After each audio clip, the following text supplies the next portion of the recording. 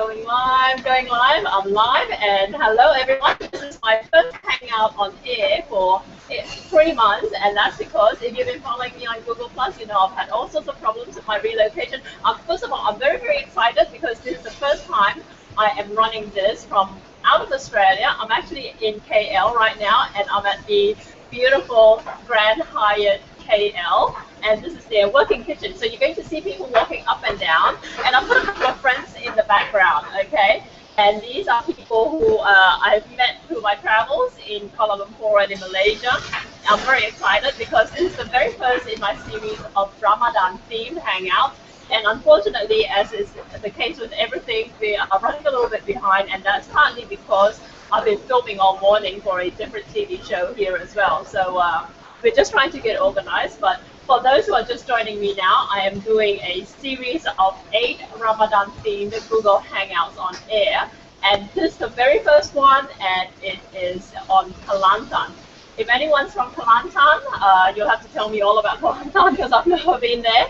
But the reason why I picked Kelantan is because back in February when I came to Kuala Lumpur, I met Liza up the back there, who happened to be my travel guide extraordinaire, and she has a maid, Ima, who is from Kelantan, and her maid basically cooked up this huge banquet that I had never tried before. And the funny thing about Malaysia for the uninitiated is the fact that people don't realize how diverse Malaysian cuisine is, and that's part of the reason why I'm traveling around all the different states of Malaysia, not quite all of them, 8 of them. And I'm going to showcase the uniqueness of each of the regions in Malaysia. And today we're starting with the Kelantan, which is up north in the peninsula. Peninsula means West Malaysia. And the thing about Kelantan is that I've been told all sorts of different things about Kelantan, and my other association with Kelantan was the fact that when I was filming another Malaysian TV show here last year, Seekers, it seemed as though half the production crew were all from Kelantan, and up until that point in time, I had never tasted Kelantanese food, or I don't think I've even met Kelantanese people. And the funny thing was that, you know, they started putting out all these differences, and when I finally met Liza in February when I was over here, she finally managed to introduce me to Kelantanese food, and I thought, wow, this is really, really unique. It's really worth a mention. I'd love to go there one day, but until that happens, we're going to just talk a little bit. I'm going to talk to Liza on air about what, you know, Kelantanese food is and that sort of thing. And the funny thing is, Liza herself is not from Kelantan, her maid is. So her maid is going to join in as well, and she's going to talk to us a little bit about it as well. So I'm really, really excited. It's, for all intents and purposes, and the funny thing about Nasi Kerabu is, like I said, I've never had it, but a number of people had actually asked me in the past about doing Nasi Kerabu. Nasi Kerabu is kind of like a cold rice, herby rice salad thing. And I've seen recipes for it out there, but until I actually tasted Liza and Ima's Nasi Kerabu, I've never really actually learned what it's meant to taste. I have no frame of reference. Now, it may not be something you can replicate right to the nth degree over in your part of the world, because some of the herbs and ingredients that go into it are going to be a little bit unique. You may not be able to find them there. I know I won't be able to find some of the herbs over in Australia, but we're going to talk about them, and we're going to go through all of them. And of course, you know, everything about Malaysian food is about adaptation, about, like, you know, just kind of like adapting to local taste and local availability of ingredients. That's just what I've been doing for the last, okay. Now, this thing is testament to the fact that, you know, not everyone can get every ingredient anywhere, you know, at a moment's notice. Now, this is what's called bunga kantan, okay, in Malaysia. It's a ginger flower bud, okay. Now, not just any type of ginger, it's a particular type of ginger. I have not been able to find it this in Australia. Some people have told me, you know, you can get it in the freezer section of certain Asian stores, and I certainly haven't, you know, found it, okay. Now, the funny thing was, Liza was texting me this morning saying she hasn't been able to find us. She's been hunting for this since yesterday, could not find it. She's tried 6 different stores, nobody has it. So, you know, if you're stuck for an ingredient, just keep in mind that, you know, it's not really, you know, necessarily a predicament that's unique to your part of the world. It may be just, you know, even in Malaysia, right in the thick of it, you know, she couldn't find it. But we were very thankful to the gracious hospitality of the Grand Hyatt that, you know, they've got a very, very well stocked kitchen up the back, and thankfully they've got some that they could let us use as well. Now, some of the other ingredients that are going in there that they're frantically chopping up the back. This is galangal. Okay, you can see it. This is a massive galangal, I have to say. And there's a type of root ginger. Okay, this is fresh. Now, the thing about this particular dish, because it's a salady kind of rice dish, you're going to find that you do actually, you know, perhaps need to use fresh herbs. I'm a big proponent of, like Chotka's a big proponent of using dried, you know, and powdered forms of, you know, a lot of herbs and that sort of stuff. And you can use that to an extent with some of the dishes, especially curries and marinades and all that, you know.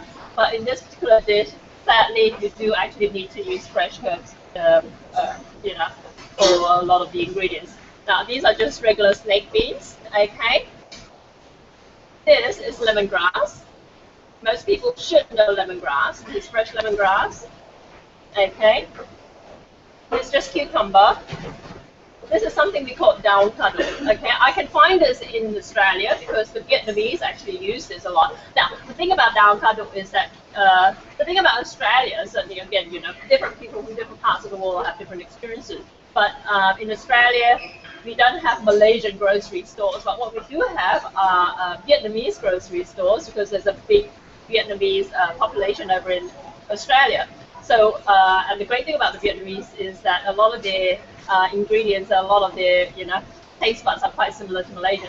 So I always tell people, if you have trouble finding particular ingredients, your better bet would be to go to an Indo-Chinese, which basically is Vietnamese, Thai, Laos, or Laotian, or say Cambodian place to look for these ingredients, okay? Because being part of Southeast Asia, these countries do generally share a lot of similarities in their cooking styles, in their ingredients, and the availability of like a lot of their herbs and that sort of stuff as well.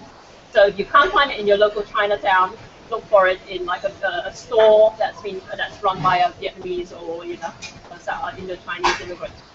This is another example. This is what we call laksa leaves in Malaysia. In Australia, at a Vietnamese fruit and veg shop or a Vietnamese grocery store, they're going to call this Vietnamese mint. Okay, so again, something to keep in mind. It smells quite sharp and a little bit sour, and it's brilliant. So the Vietnamese like to use it in a lot of their soup, and as do we call it laksa leaves because we use it generally in laksa. Okay, but we're going to use this in our rice dish today. This, I think it's coriander leaves, right? Okay, so we've got this. And like I said, the ladies up the back are frantically chopping them up. And here, I've got rice cooking away. And I'll show you if you can see it.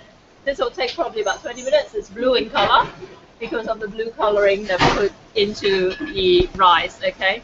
This is something you need to, that's why, I mean, me, the big proponent of shortcuts and whatever, and the Grand Hyatt kitchen being so well stocked as it is, I was saying, oh look, you know, my friend's got some blue coloring in the bottle. Can you just give us some cooked rice? And she said, no, we have to cook the rice from scratch to get it blue. Okay, so I thought you could just kind of like throw some blue dashes into it and mix it up. No, that's not the case.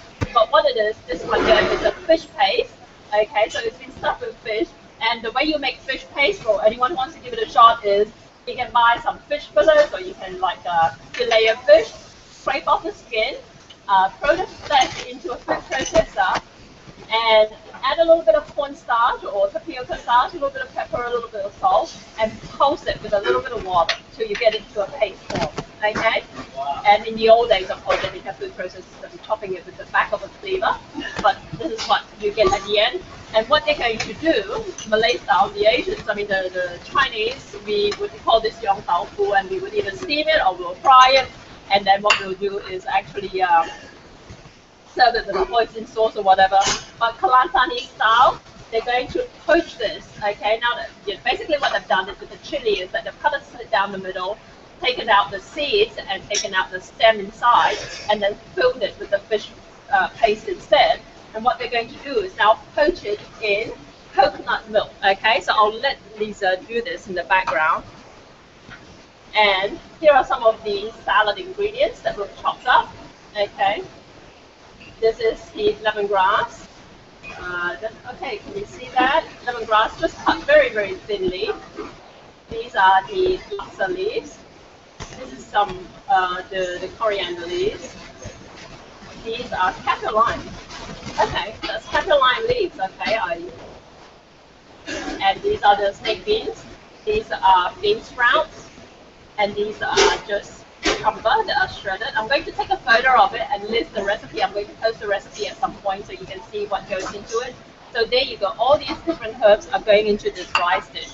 And other things are, this is a chili sauce. I believe it's out of a bottle because it smells like one of those.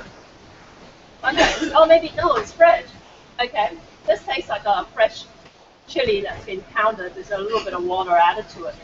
And it's got like some green streaks. I don't know if there's two different types of chili, red and green, mixed into it. And this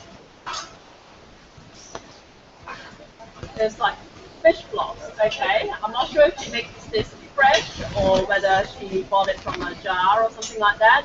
But sometimes you go to Asian grocery stores, you can see cans or bottles of fish floss. So keep an eye out for that. It is something that can go into rice as kind of like a garnish or a topping. And in this case, we're going to actually serve it with the rice. There's some fried. Let me have a look. Okay, this is coconut. Very nice.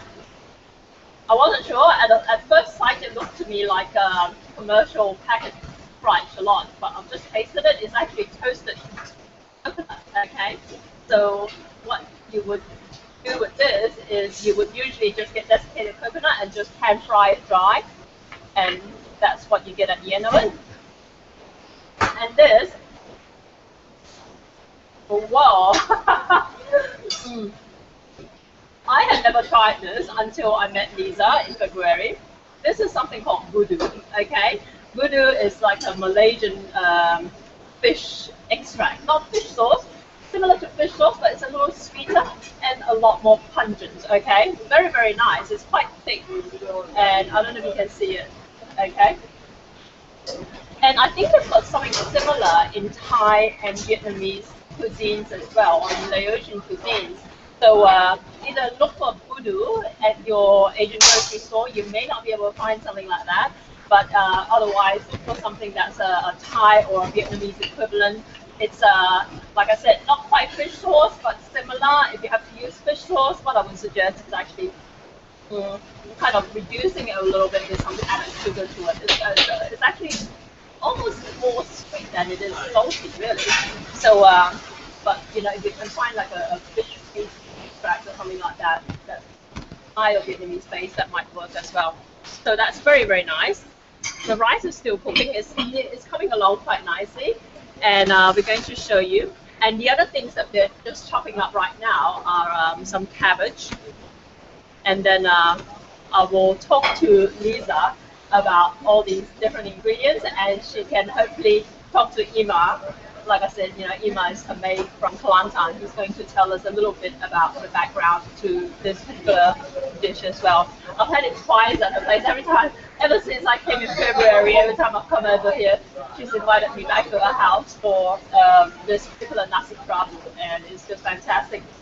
When I was here last month, actually, for another TV show, the entire film crew actually knocked on the door and invited ourselves in for Nasi Kerabu.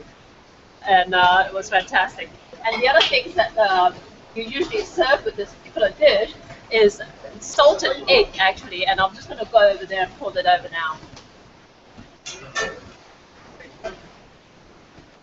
There you go. So salted duck egg has just been boiled, and that's all it is. You can see it, and then just cut in half. It's still in the shell.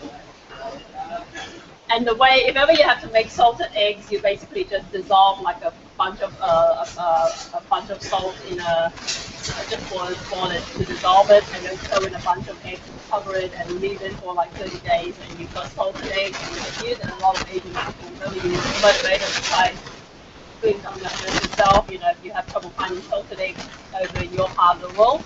But it's very, very versatile. You know, it's quite a long time as well, so it's a good thing to have handy in your fridge or your pantry as well. Everyone, this is Liza And this is Ima. Okay, Ima is from Kelantan. So, and we are going to talk a little bit about Kelantanese food. I was telling everyone that you first introduced me to Kelantanese food when you invited me over to your house for a meal, and it was fantastic. And I've been inviting myself over to your house ever since then. Every time I come to Malaysia. And every time it's always nasi kerabu. Yeah, that's right. That's right. Nasi Kerabu. Okay, can you tell me a little bit about Nasi Kerabu? Like, is it especially only in Kelantan that you can get it, or do they have different? You can get it anywhere. Anywhere? But then originally it is from Kelantan. Oh, okay, okay. Since Ima from Kota Baru, Okay. so every now and then I've been asking her. I mean, it's too difficult to get good Kelantanese nasi kerabu here. Yeah. But then when one day I told her that about nasi kerabu, then she just said that let's make it. I said, is it? It's very easy. All this time you thought you had to go and pay a lot of money in the restaurant. So there you go. Like even in Malaysia, we always, have our preferences about different cuisines. Is Kelantan nasi kerabu different from other parts of from other parts from Malaysia, or? The same ingredients, sama kan dekat mana-mana. Okay, sure. Now, I was just explaining some of the ingredients here. You can try actually growing this yourself at home if you live in the right part of the world.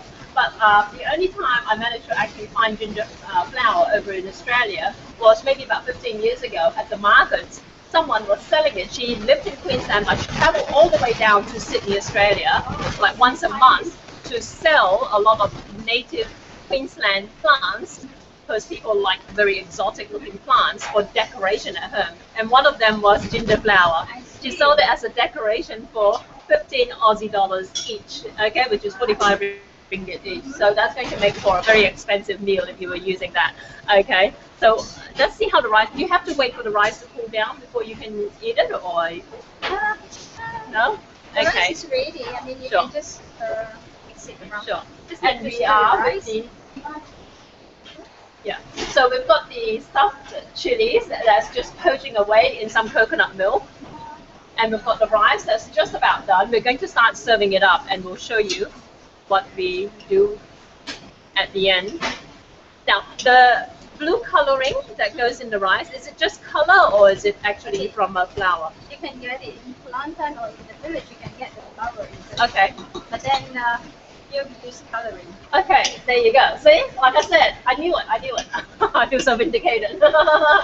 So even in Malaysia, it's not as though we get everything everywhere all the time, okay? Outside of Kelantan and outside certain parts of Malaysia, we actually just use coloring. So there you go. Everyone who's been posting on Google Plus asking what's the blue rice, that's what it is. It's just coloring, blue coloring. Look for blue coloring in your local supermarket, and you can make very pretty blue rice to go with this particular dish as well, okay?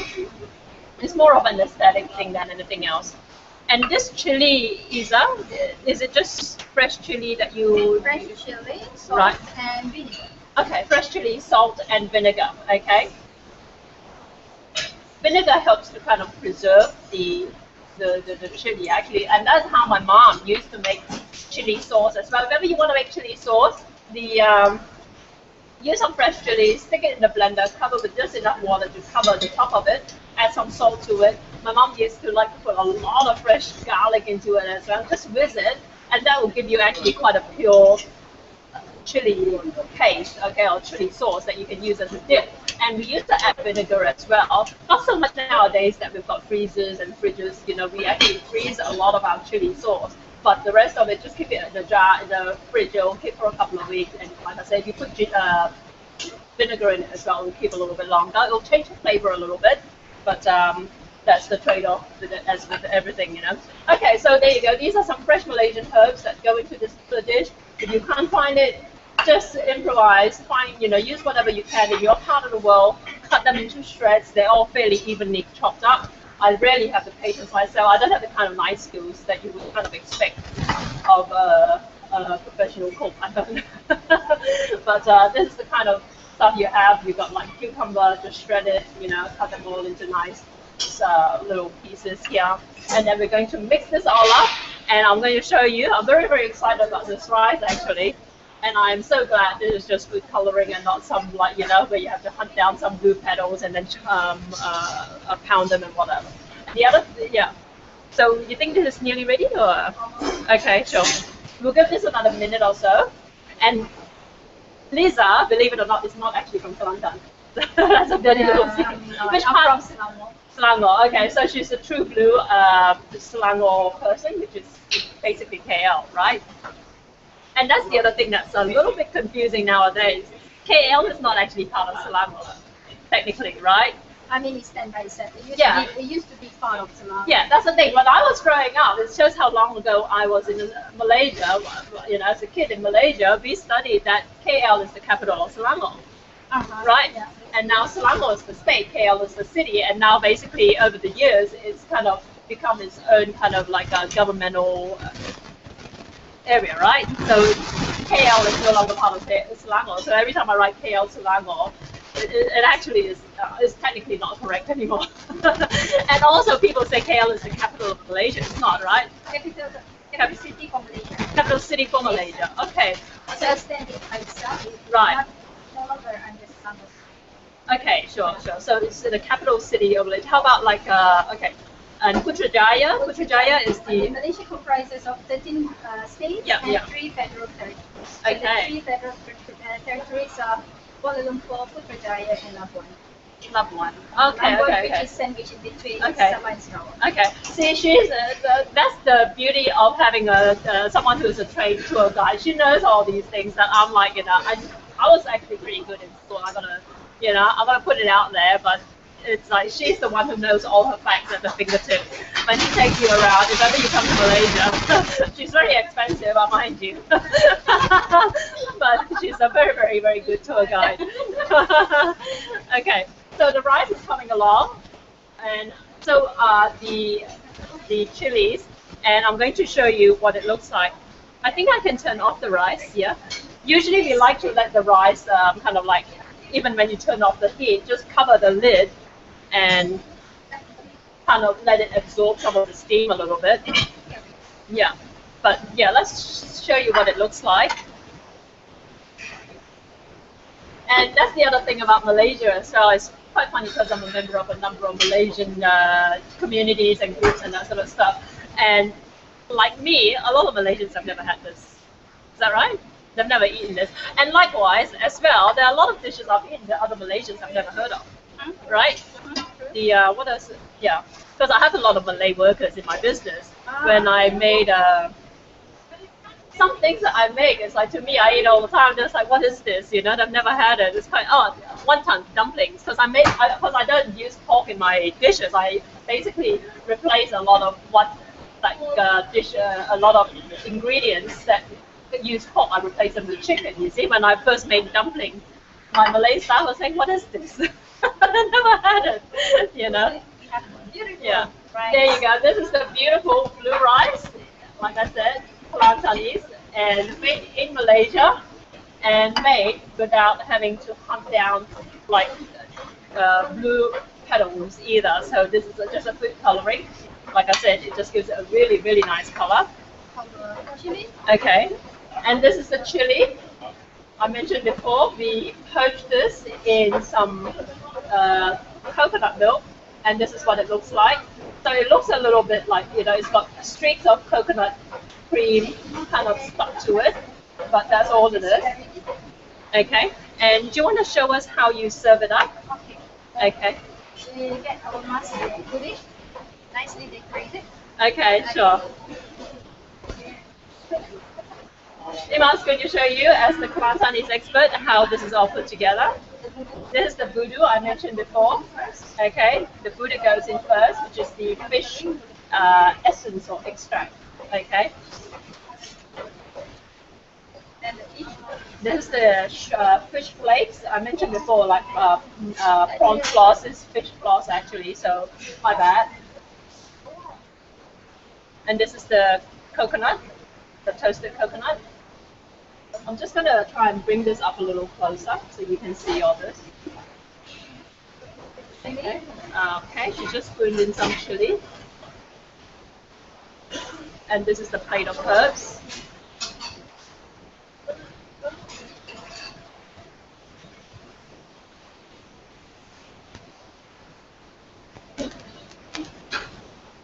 there's actually a method to all this. When I ate it, I just basically dumped everything on the plate.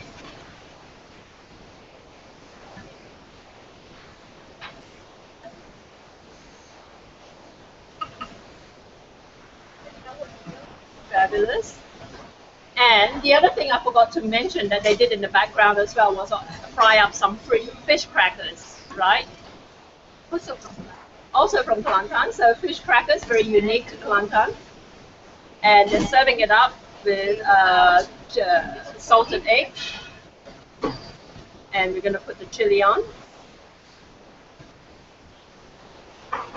Fantastic. Oh my goodness. I should not have eaten lunch. I just ate lunch. Now I can't eat this. Oh my goodness. What a beautiful, beautiful serve of the traditional Kelantanese Nasi Kerabu. Okay, with the chili that's been poached, that's been stuffed with fish paste and then poached in coconut cream. We've got the salted egg. We've got the fish crackers. You can use prawn crackers if you like. Okay, all the different herbs.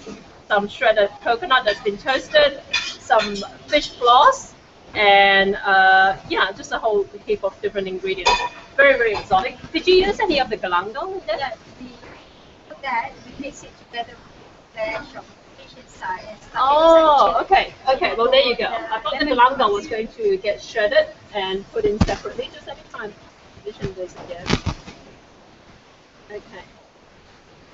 Okay, there you go. So everyone, thank you so much for joining me. This is the first in a series of 8 Hangouts on Air, and I bet I bet I'm the first person in the world to do a Hangout on Air on Nasi Kerabu from Kelantan. I can bet good money on that. And I have Liza and Imat.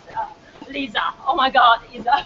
Liza, Liza, yeah. I've been teasing her by calling her Puan, which makes her sound like an old maid. Okay. Puan is like madam or something like that. And thank you so much, Eva, for this.